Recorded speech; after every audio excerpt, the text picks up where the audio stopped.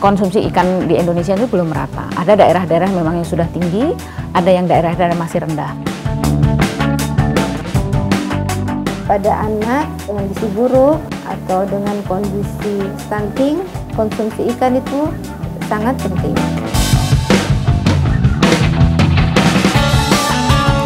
Kalau sushi itu kan dia cenderung hanya ikan dan menanding saus ya. Kalau gohu ini kan ada campuran bumbu yang nggak bisa, tapi itu dia gas banget.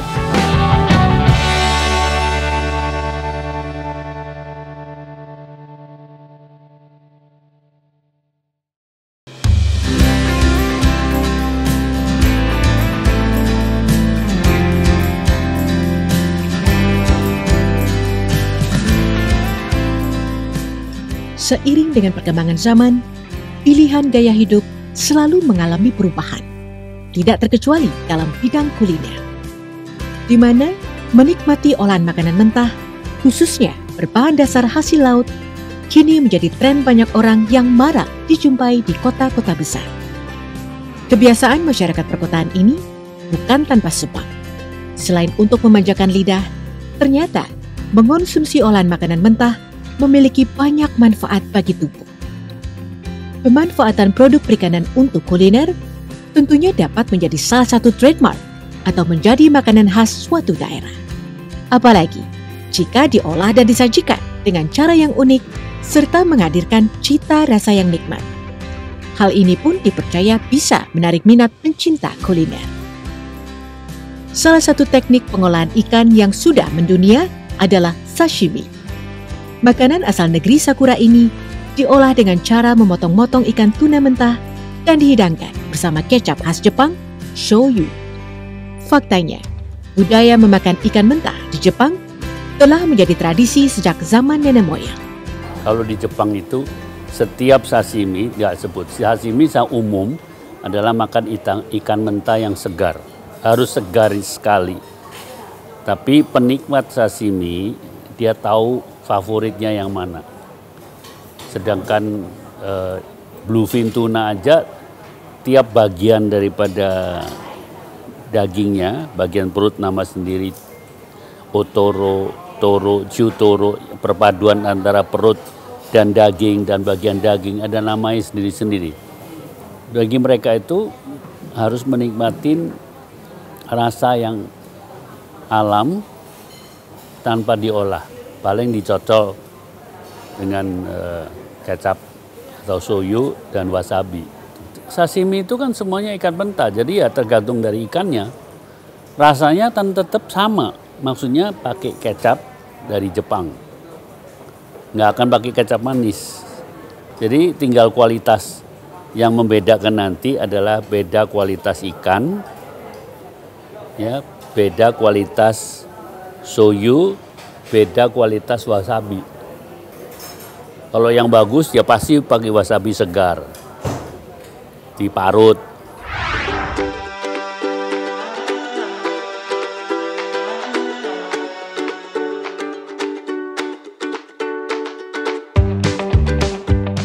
Namun siapa sangka, beberapa daerah di Indonesia juga mengenal teknik mengolah ikan yang dihidangkan secara mentah.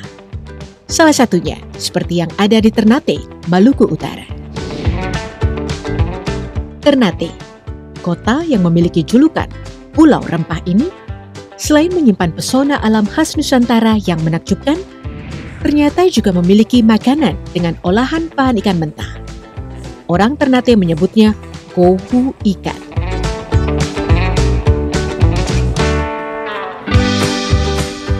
Makanan khas Maluku Utara ini menggunakan bahan dasar ikan tuna atau cakalang mentah yang dipotong menyerupai dadu.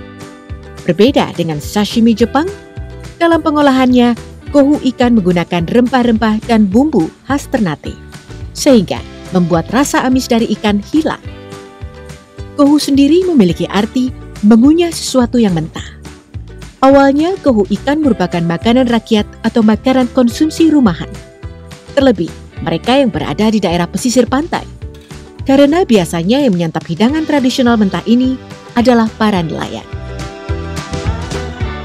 Kalau kita nelayan itu kalau kita lapar Ya, belum ada nasi kita cincang-cincang bikin gohu. Itu dengan rempah-rempah seperti bawang, rica, minyak, sama ini garam.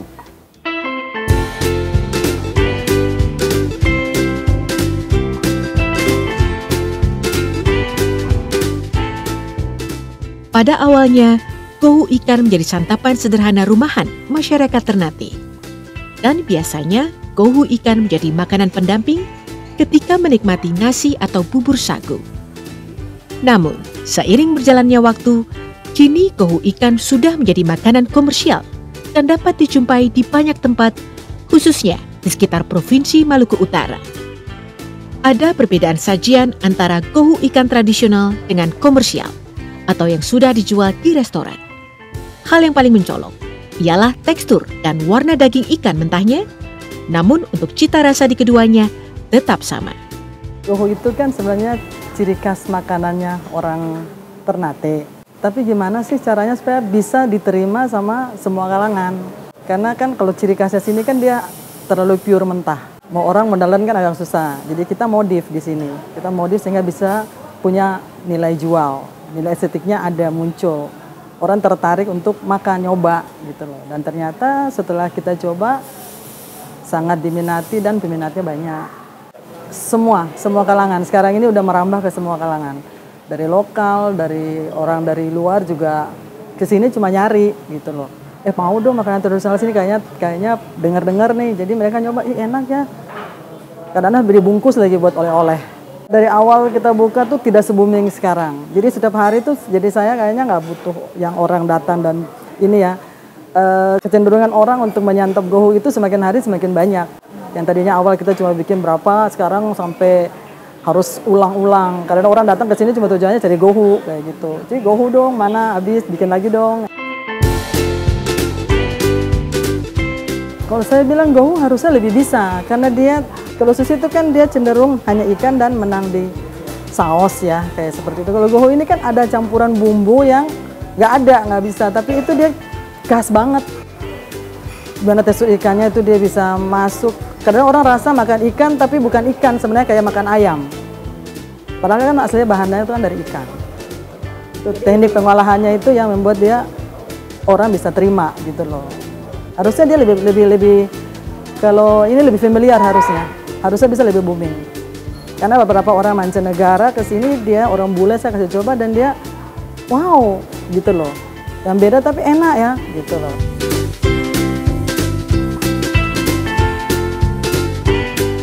Proses pembuatan gohu ikan sangat mudah. Pertama, ikan tuna atau ikan cakalang terlebih dahulu harus dibersihkan dengan air. Setelah itu, ikan dipotong atau dicincang menyerupai dadu. Untuk menghilangkan bau amis, ikan dilumuri perasan jeruk cuy dan garam. Lalu, daging ikan ditaburi tumisan bawang merah, cabai rawit, dan kenari.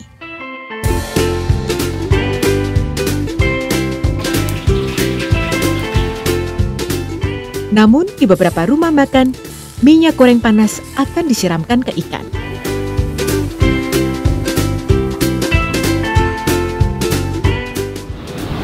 Delicious.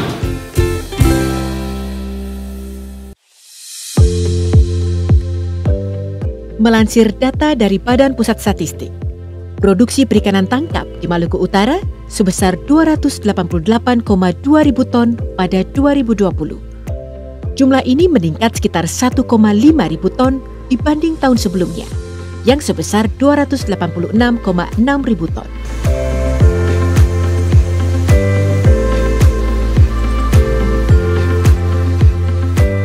Berdasarkan wilayah, Ternate merupakan produsen perikanan tangkap laut terbesar di Maluku Utara, yakni mencapai 55,8 ribu ton. Data tersebut menandakan bahwa potensi ikan di Ternate sangat besar, khususnya sebagai bahan baku untuk gohu ikan. Namun, sayangnya, eksistensi gohu ikan belum dikenal hingga ke tingkat nasional. Padahal, gohu ikan sendiri memiliki manfaat yang baik bagi kesehatan tubuh. Sementara itu, Hasil laut yang melimpah ini juga harus didukung dengan peningkatan konsumsi di masyarakat. Kesadaran mengonsumsi ikan segar di Ternate sendiri saat ini sudah menjadi kebiasaan masyarakatnya. Hal ini seharusnya bisa menjadi contoh untuk provinsi lainnya di Indonesia yang tingkat konsumsinya masih rendah. Kenapa kita banyak ikan? Karena memang daerah ini daerah kepulauan. Karena daerah kepulauan yang transisi antara Pulau Sulawesi dan Pulau Papua, maka kita dapat 4 wilayah perikanan, pengelolaan perikanan, 4 WPPRI, 714, 715, 716, dan 717. Nah, itu yang pertama. Yang kedua, karena dari daerah kepulauan itu, maka kita dapat ada 2 arus yang masuk di perairan Maluku Utara, terutama perairan Halmahera, yaitu arus dingin yang turun dari Pasifik dan arus panas dari kepala burung Papua. Nah, arus panas dan arus dingin ini membawa nutrien, kemudian mengelilingi Pulau Halmahera. Karena nutrien itu mengelilingi Pulau Halmahera, maka migrasi ikan, terutama ikan cakalang dan ikan tuna itu di Pulau Halmahera itu.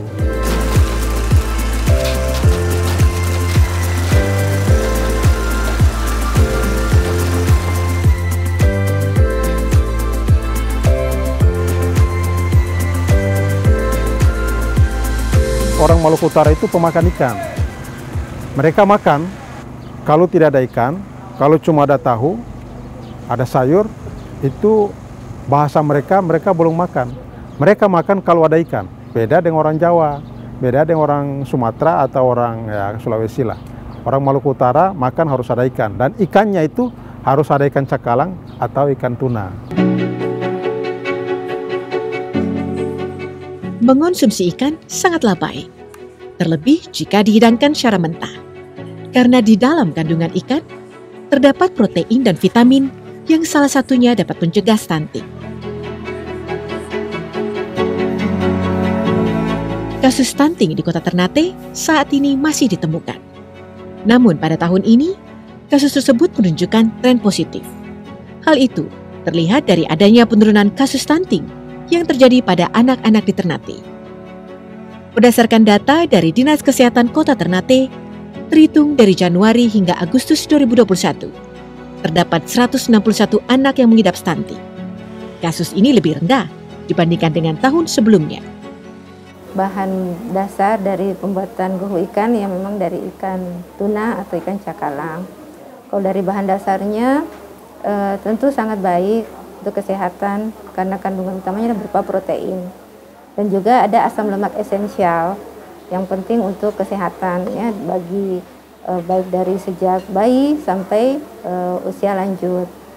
Namun yang perlu kita perhatikan adalah dalam proses pengolahannya. Proses pengolahannya karena gohu ikan ini disajikan dalam bentuk mentah ya. Namun sudah mengalami marinasi menggunakan air perasan jeruk dan garam. Ya, kalau menurut literatur itu bisa bersifat menghambat pertumbuhan bakteri. Kalau dilihat dari komposisinya, kandungan protein dan asam lemak esensial serta beberapa vitamin dan mineral sangat baik bagi kesehatan, terutama jenis asam lemak berupa asam lemak tidak jenuh ganda ya, dalam hal ini dalam bentuk omega 3, kandungan EPA dan DHA-nya cukup tinggi. Dan memang omega 3 ini menjadi bagian struktural dari sel. Selain itu juga banyak peranan yang lain seperti untuk meningkatkan imunitas, kemudian juga bisa memperbaiki fungsi kognitif, perilaku, dan juga untuk beberapa penyakit autoimun juga omega 3 bisa bermanfaat. Apalagi omega 3 yang berasal dari bahan makanan sumber hewani. Sehingga pada anak dengan gizi buruk atau dengan kondisi stunting, konsumsi ikan itu sangat penting. Menurut laporan dari Kementerian Kelautan dan Perikanan, angka konsumsi ikan nasional di 2020 sebesar 56,39 kg per kapita.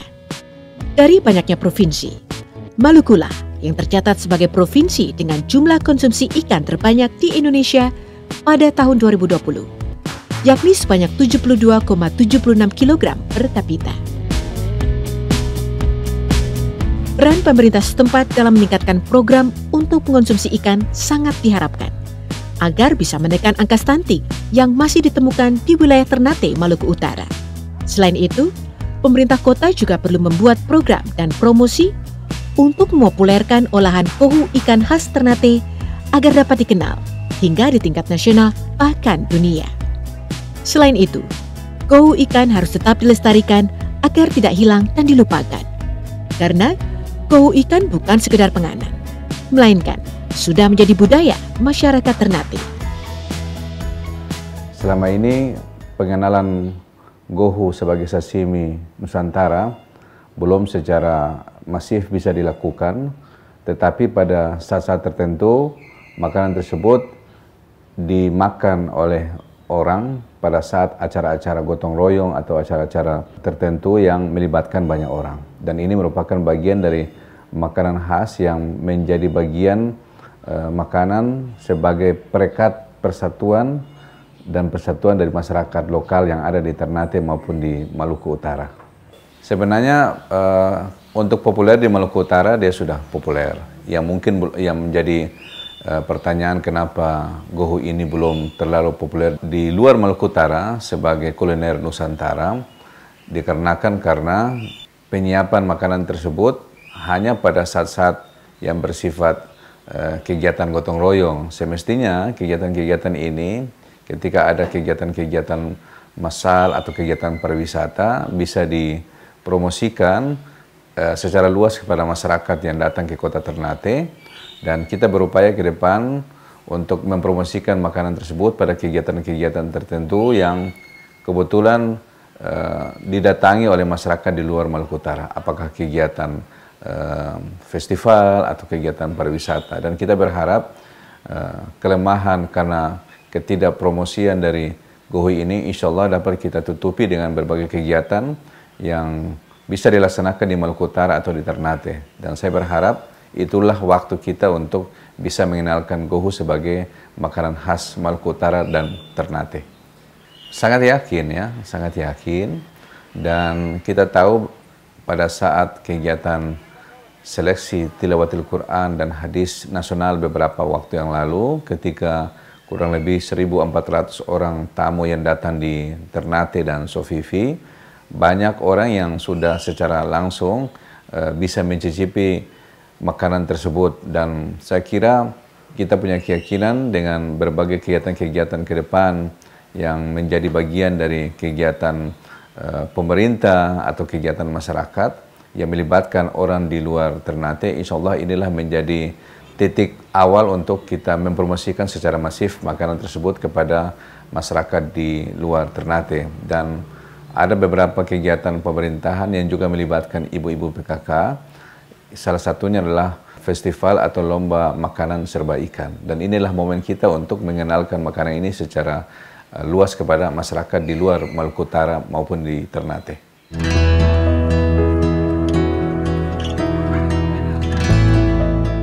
Walaupun tren mengonsumsi ikan dalam bentuk mentah sudah mulai meningkat, namun tingkat penyebaran dan kepopulerannya masih belum merata di seluruh Indonesia, khususnya hidangan olahan ikan mentah khas Nusantara. Hal ini mungkin terjadi karena masih kurang masifnya informasi dan promosi mengenai teknik olahan tersebut. Pengolahan ikan mentah khas Nusantara tak kalah lezatnya dengan teknik sashimi yang berasal dari Jepang. Bahkan bisa lebih kaya rasa, karena gohu ikan dalam mengolahnya dipadukan dengan rempah-rempah yang ada di Indonesia. Penyajian menu masakan dengan teknik ini diyakini menyehatkan, karena tidak menggunakan bahan kimia dalam pengolahan dan penyajiannya mengikuti kaidah-kaidah pangan. Seharusnya ada satu program Indonesia membumbui Nusantara. Jadi saling memperkenalkan pola masak Aceh dengan bumbu dari Aceh diperkenalkan di Jawa. Bikin gohu dari Maluku diperkenalkan ke Aceh dan lain sebagainya. Itu dengan cara begitu makanan-makanan daerah itu bisa lebih tersebar, dikenal. Kalau kenapa rendang terkenal di mana-mana, ya karena rumah makan Padang ada di mana-mana gitu. Rumah makan Maluku di mana adanya? Kan nggak ada. Dari pihak daerah memperkenalkan ke daerah lain gitu. Membawa ahlinya yang masak, membawa bahan bakunya. Karena urusan cabai aja diperdebatkan. Tiap daerah cabainya beda. Pemda itu harus punya menu-menu unggulan. Terutama yang dari Maluku, dari Indonesia Timur kan seger-seger. Nah, coba orang sana menyajikan masakan dengan ikan segar seperti apa.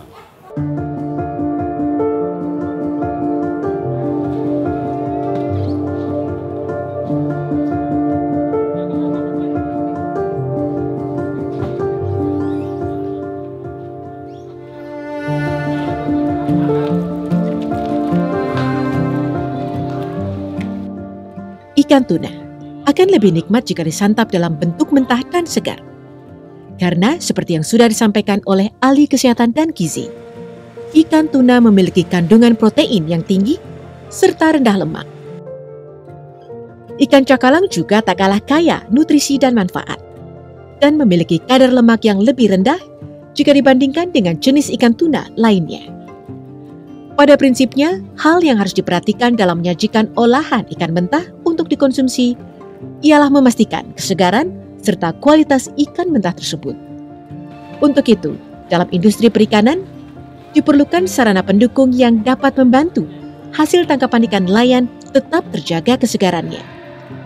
Salah satunya adalah dengan cold storage atau fasilitas pendingin yang dikelola oleh pihak pemerintah maupun swasta.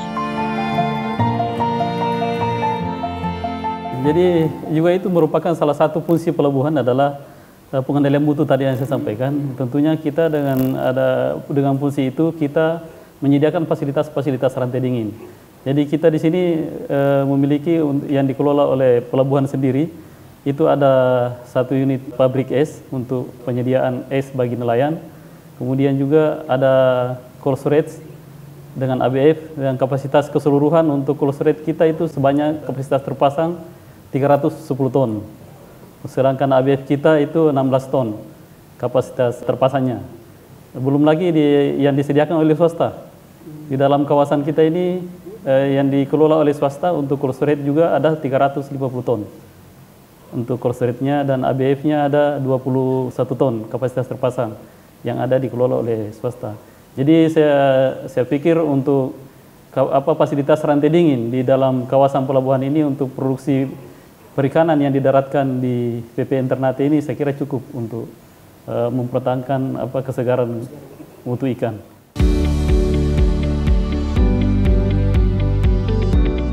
Sementara itu, untuk menjaga ketersediaan ikan yang berkelanjutan, Kementerian Kelautan dan Perikanan melakukan sejumlah intervensi.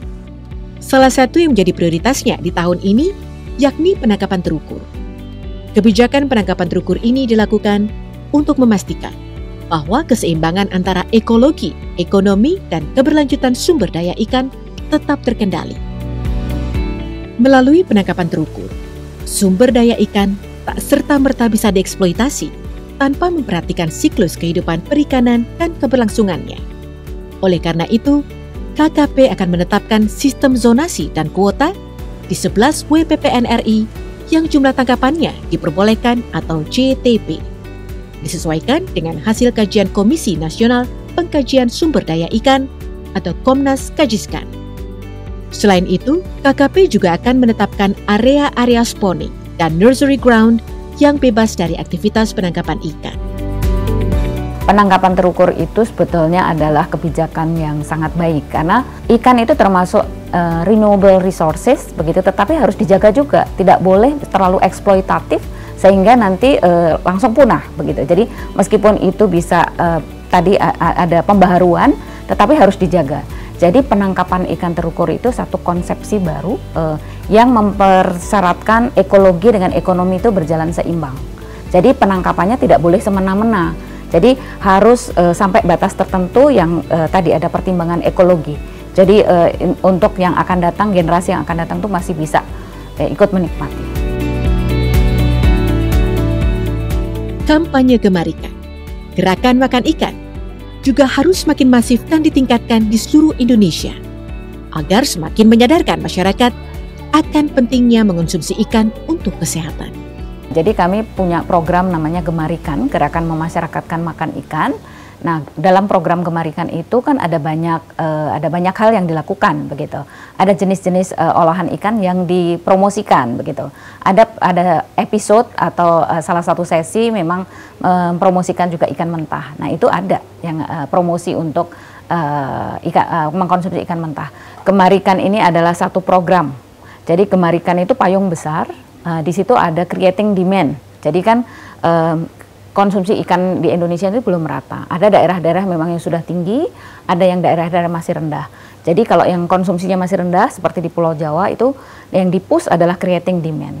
Tapi creating demand saja tidak bisa berjalan sendiri. Harus ada dukungan ketersediaan ikan. Ketersediaan ikan itu dari sisi jumlah, dari sisi jenis, gitu. Kemudian waktunya, gitu. Nah, program KKP tentunya peningkatan produksi yang dilakukan oleh teman-teman perikanan budidaya dan perikanan tangkap. Nah, kami yang dari Dijen Penguatan Daya Saing itu menguatkan di hilirisasinya. Kami menguatkan bagaimana logistik ikannya, pengangkutannya dari sentra-sentra produksi itu.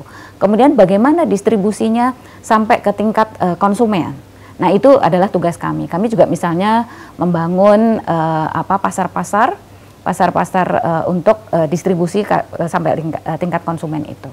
Kemudian juga di logistik tadi, penguatan logistik, kami berusaha agar efisien dan terjaga mutunya. Tadi kita bahas karena ada salah satu konsumsi untuk ikan mentah ya, berarti harus dijaga banget. Nah, di dalam logistik itu juga harus dijaga juga rantai dinginnya.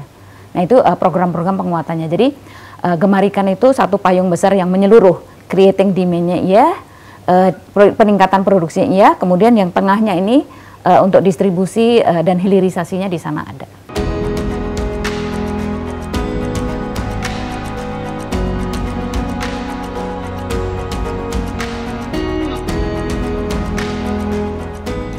Indonesia sebagai negara maritim memiliki keunggulan dan anugerah yang tidak banyak dimiliki oleh negara lain.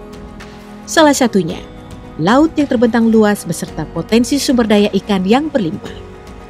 Namun, kelebihan ini haruslah dijaga dan dikelola dengan baik, sehingga kekayaan alam ini juga bisa dinikmati oleh generasi mendatang. Keberagaman budaya yang juga ditunjukkan melalui aneka kuliner khas Nusantara seperti gohu ikan, juga harus terus dilestarikan dan bahkan dipromosikan secara luas melalui kerjasama pemerintah dan masyarakat.